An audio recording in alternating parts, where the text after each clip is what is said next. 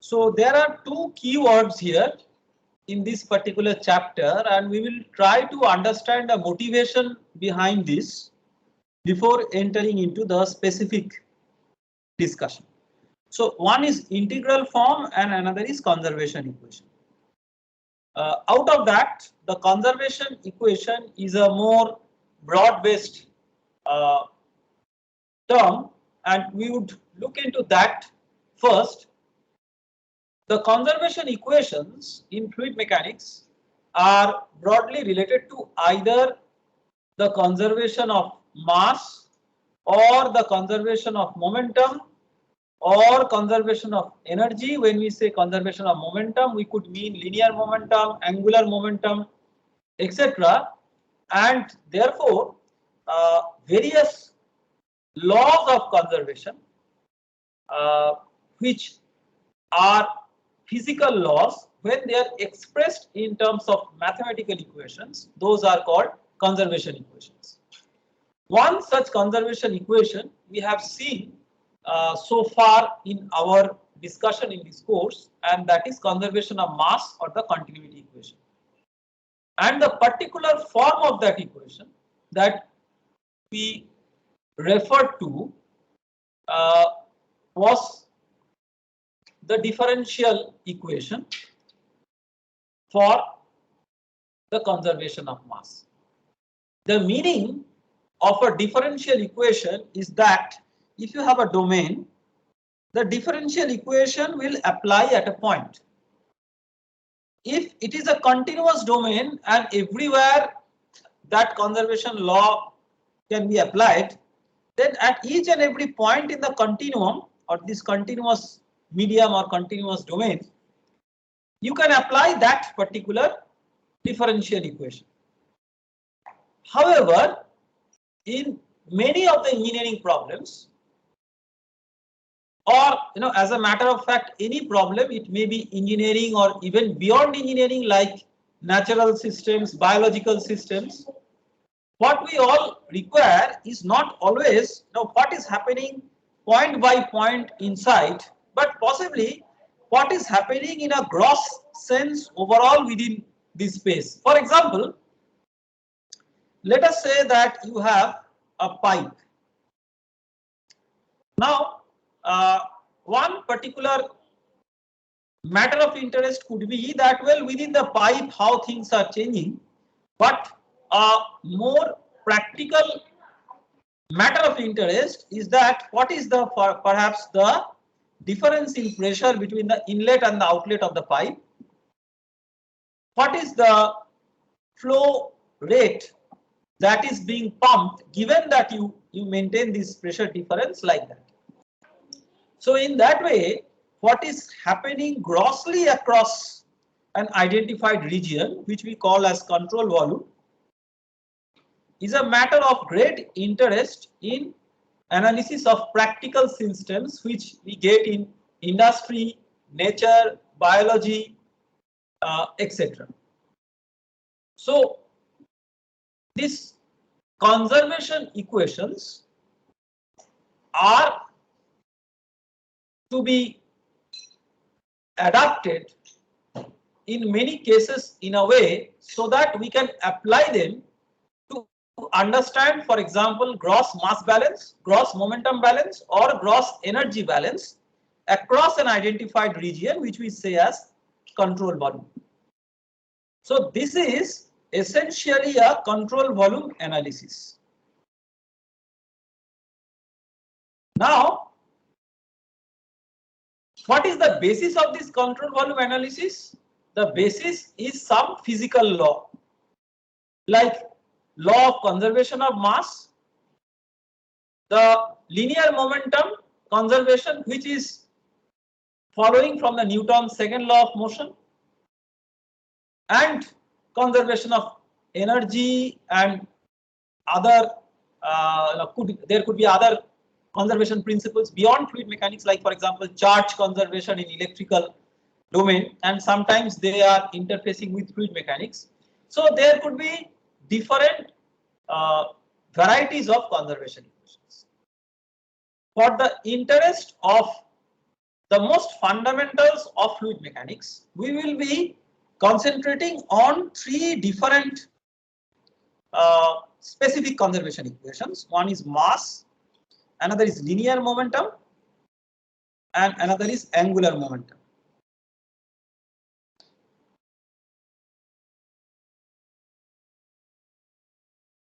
And our objective will be that how can we apply these principles mathematically over a control volume. Having said that, we all know that the basic consideration of the law of conservation of mass or even the Newton's laws of motion, they are all applied to a control mass system, which from the description of motion point of view is a Lagrangian way of description. So control mass system. So whatever in school, in high school we have learned about the mathematical way of writing this. For example, the rate of change of linear momentum is equal to the force. This is the Newton's second law, right? That is what we are talking about, the linear momentum principle.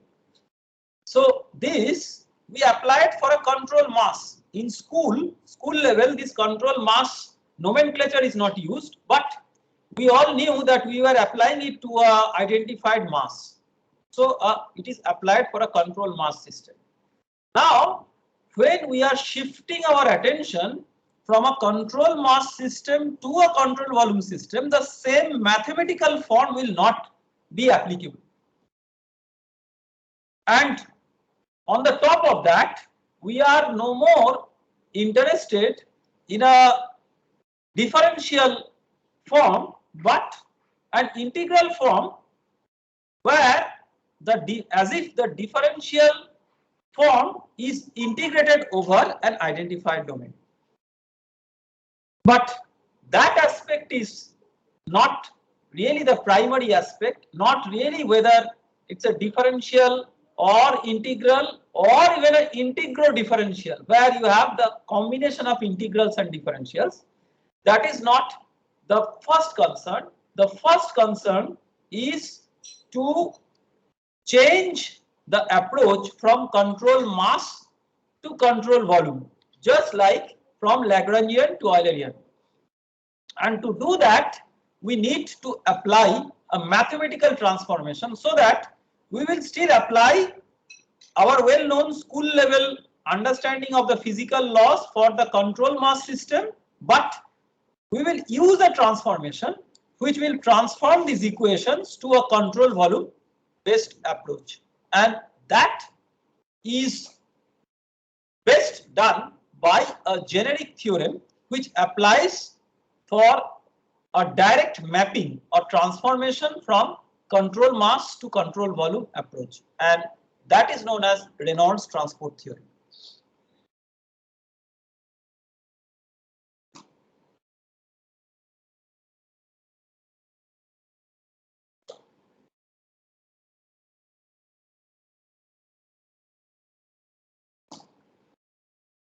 Or RTT. So the motivation of studying this is quite clear, that we have certain physical laws which we know how to write for a control mass system. We want to write the same law mathematically for a control volume. That is our objective.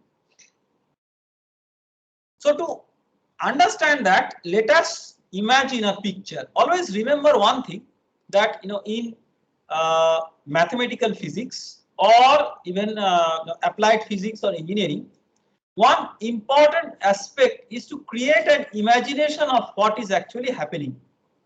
So we imagine that there is a packet of maybe fluid particles or whatever you call, but a packet of entities which has a fixed mass and fixed identity. So this is the system. We say simply system, but we actually mean a control mass system. So this is a system at a given time t. If somebody could track this system and maybe draw its envelope. So after a small time interval, the system's configuration will be changed only slightly, but I have just exaggerated and magnified the change so that the diagram becomes more clear. But this is the system at time t plus delta t, where delta t is small. So the change is actually very small, but I have just magnified. So because the change is very small, the overlapping region of these two. So which is the overlapping region? Maybe it is just like the intersection in a Venn diagram. So this overlapping region is something where we have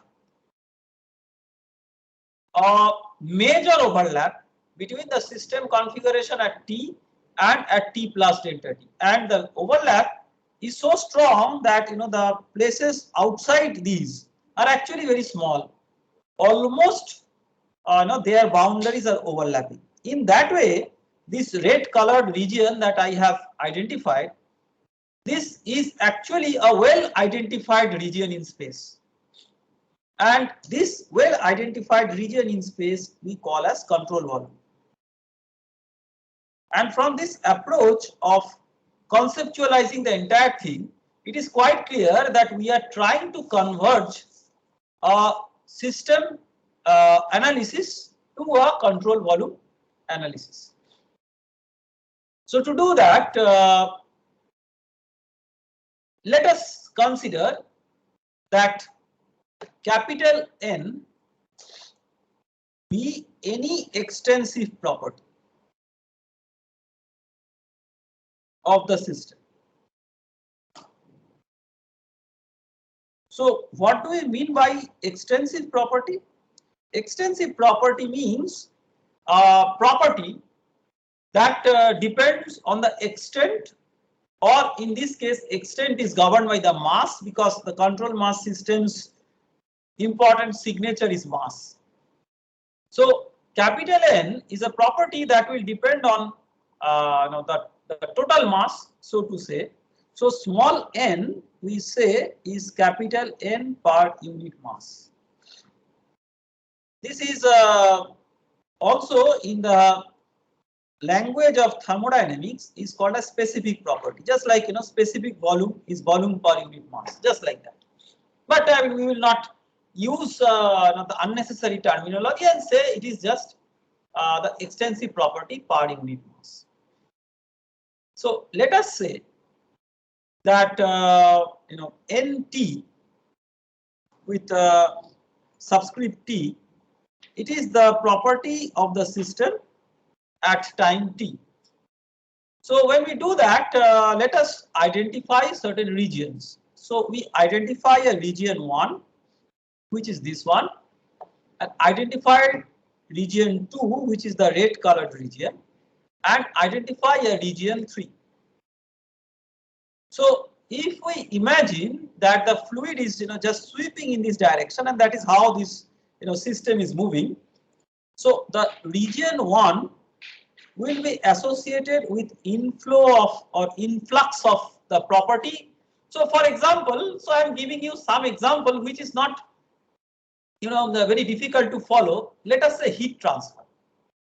So when fluid is flowing in the direction of the arrow, it is carrying heat along with it. So heat is entering into this control volume by the one identified marker 1. So that we can call as a inflow boundary. I mean, why boundary? It looks like a volume, but in the limit as delta t tends to 0, these two lines will almost coincide, so that it will become like almost like a single boundary. So 1 will represent then inflow boundary, and 2 will represent the outflow. 3 will represent the outflow boundary. So N at t is nothing but N identified for 1 plus N identified for 2. Similarly, N at t plus delta t it is n identified at 2 plus n identified at 3. Okay. So in that way, we are now able to describe the properties of the system in terms of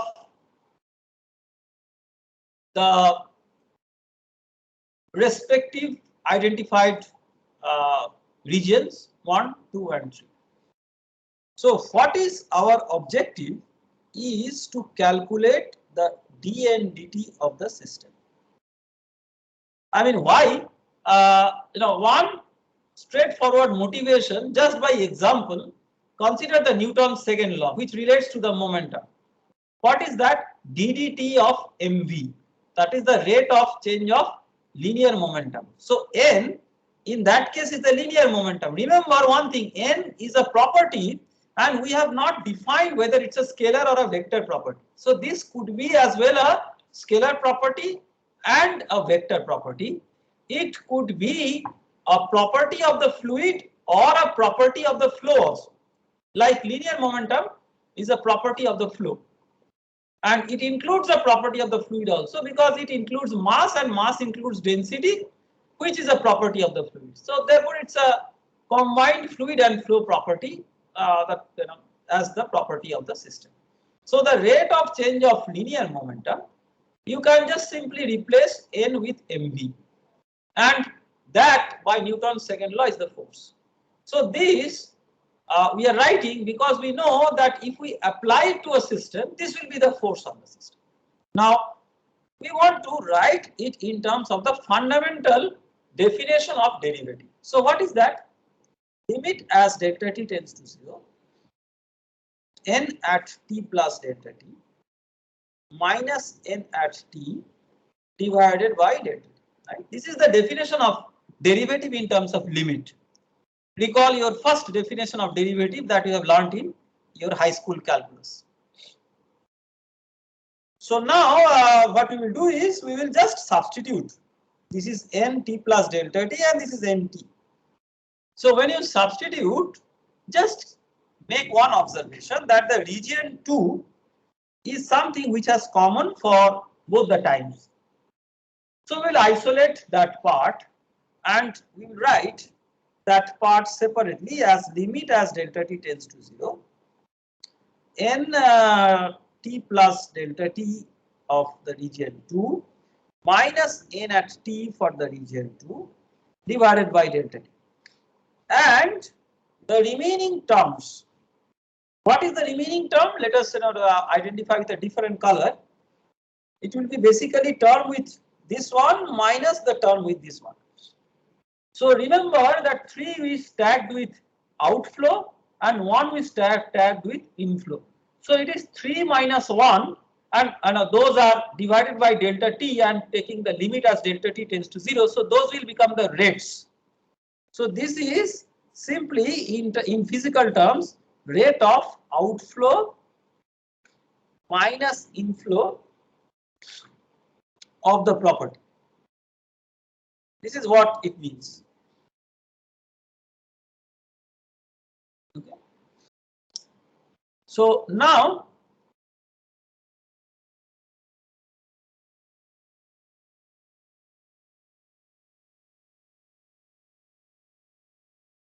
what we will do is we will first write the most straightforward thing.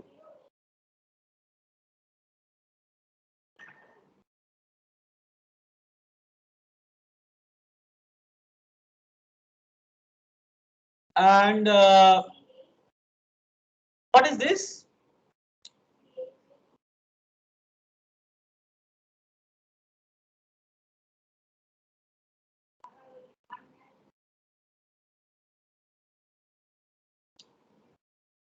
Partial derivative of n with respect to time within the control volume. See, try to understand the relationship between the physics and the mathematical things. So one of the important things to observe is that this is partial derivative. Why partial derivative? This talks about the change of n with respect to time in a fixed region 2. Okay? So it is talking about the rate of change of n with respect to time at a fixed region 2, which by definition is our control volume. So this is partial derivative of n with respect to time within the control volume. And the remaining one, which is the rate of outflow minus inflow.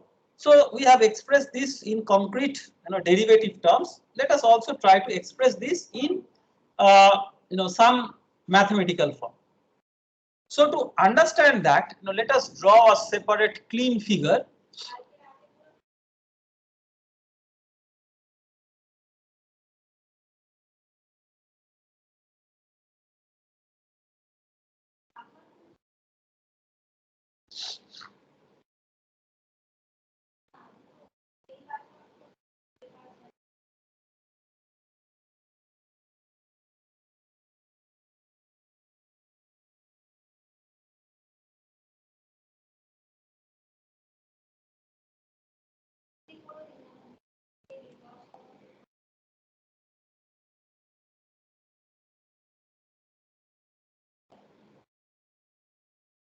Let us say that we have identified a small area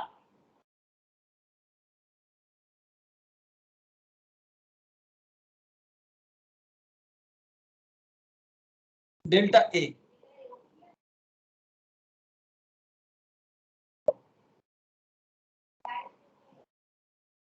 So when we identified a small area delta A on the surface, see why we have identified a small area on the surface and not the total surface is because the fluid which is flowing either in or out, wherever it is flowing in or out, its properties are locally variable. I mean, it may or may not vary, but in general it should vary. And therefore, we cannot write it as a gross over some boundary. So we have to take a small identified surface on the boundary so that because it is small, over that small region, things are not varying. So let us say that v is the velocity vector at that location around which you take the small area. So this is the velocity vector. So first of all, we have to find out what is the flow rate, because the rate of property flow is nothing but the mass flow rate into the property per unit mass. That will be the total property rate flow. So what is the volume flow rate? So we'll write it step by step. So our focus is that delta A.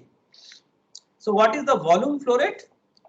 Volume flow rate physically is the area times the velocity component normal to the area or perpendicular to the area, because that is the flow that is penetrating through the area. So how do you find out that normal direction?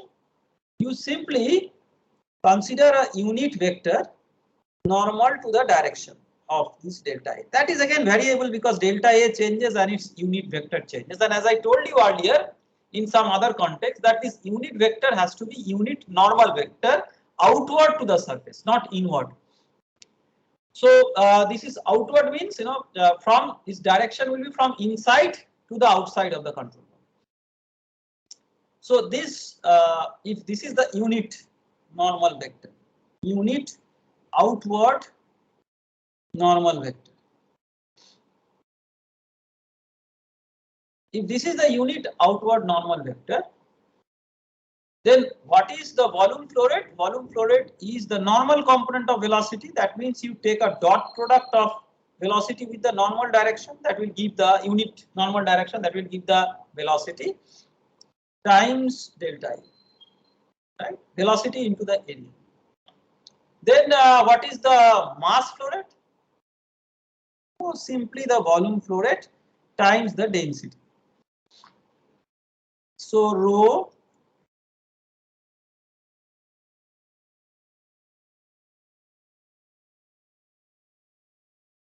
and what is the property flow rate? So we know that small n is the property per unit mass. Therefore, this is the mass flow rate. So if we multiply that with this one,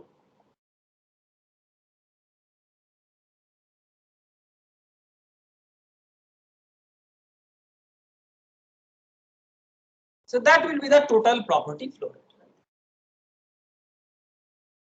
So very straightforward.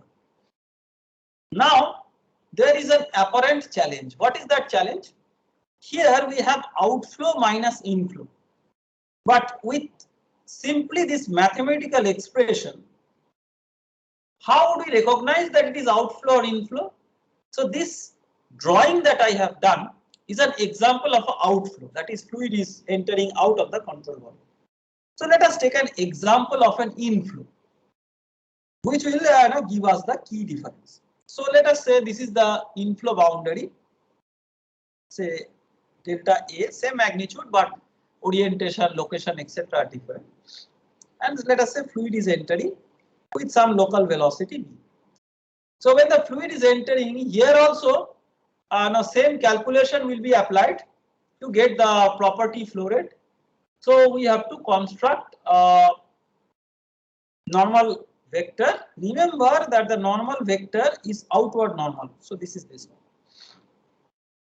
So from your basic observation of the scenario, you can see one key difference between these two cases.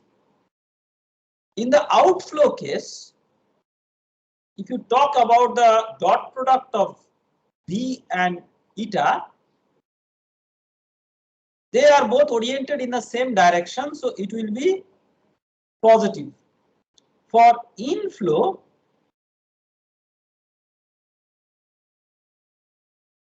what will be this? The dot product of these two vectors, now because they are oriented in the other direction, I mean opposite sense.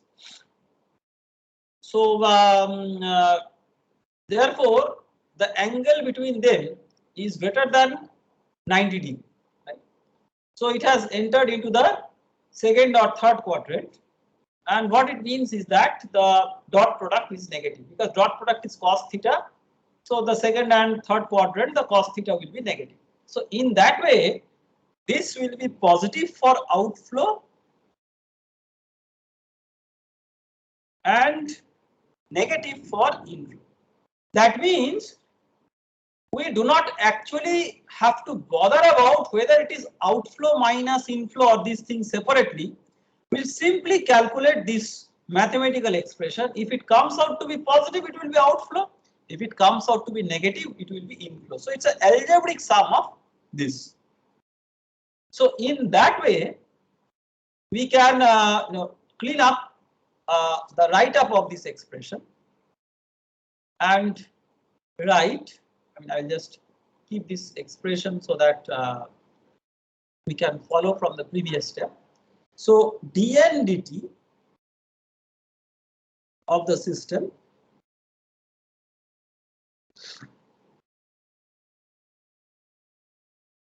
so plus we'll simply integrate it over the surface of the entire surface of the control volume. So if this is a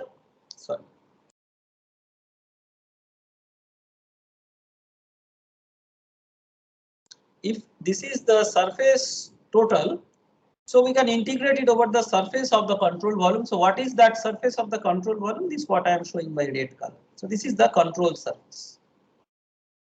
CS is not cross section, it is control surface. So control surface integral of this expression n rho v dot eta. We have expressed the meaning of everything, and because it's just a integral, we will, instead of delta a, it will be dA, differentially small thing, and then integrate over that. So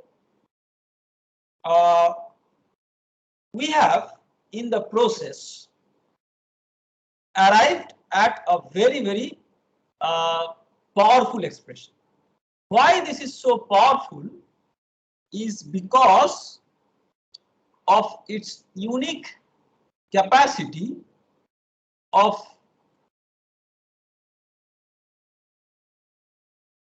creating a transformation from system to control volume.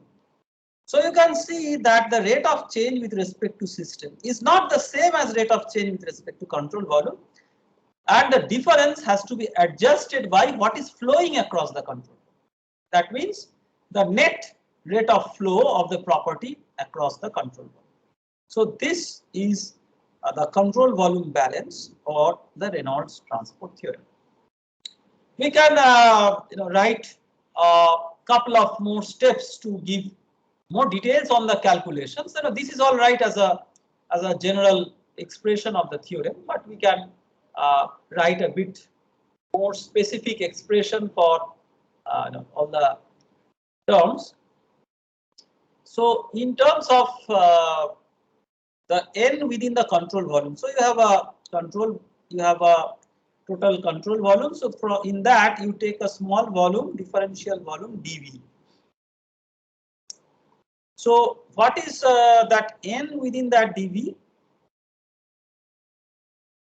So small n is property per unit mass, and the mass within the volume dV is rho into dV. So you can write dN dt of the system is equal to the partial derivative of this, that is integral of rho n dV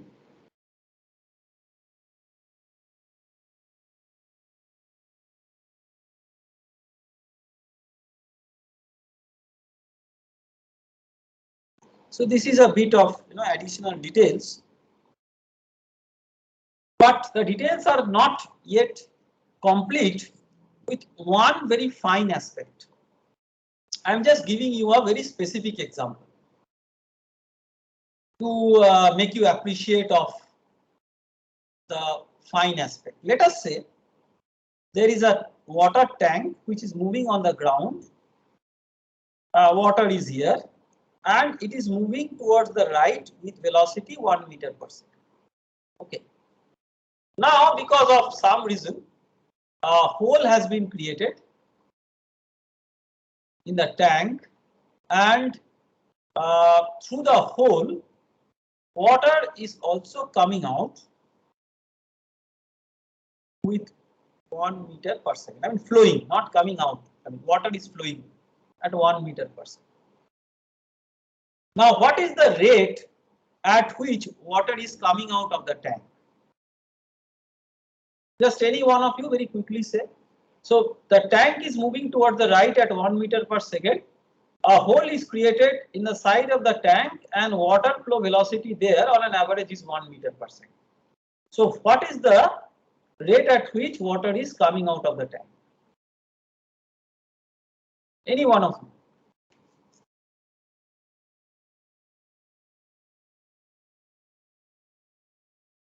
Yes? So 0. 0, right? Because tank is moving towards the right in 1 second 1 meter, and water is also moving towards the right in 1 second 1 meter. So in that way, water is just managing to follow the tank, but not able to leave the tank. So that means the flow rate is 0. So if we consider this as a moving control volume, see this control volume, we have not specified that it has to be stationary. So it may be moving.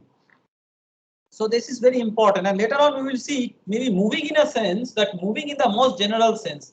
It could be rotating, translating, it can have any arbitrary motion. So all sorts of complex mechanics can hallmark the movement of the control volume. So in that way, if it is a moving control volume, then this may not tell you what is that now the flow rate of outflow minus inflow. So in this case there is a hole, but there is no rate of outflow. So rate of outflow is not governed by this dot product, but actually the relative velocity with eta dot product. So relative velocity means velocity of the fluid relative to the control volume. So in this case it is 1 minus 1, that is 0. So velocity of the fluid relative to the control volume is what matters for the flow rate calculation. So we can sum up what we have discussed so far, and that is where we will stop today, is that the Reynolds transport theorem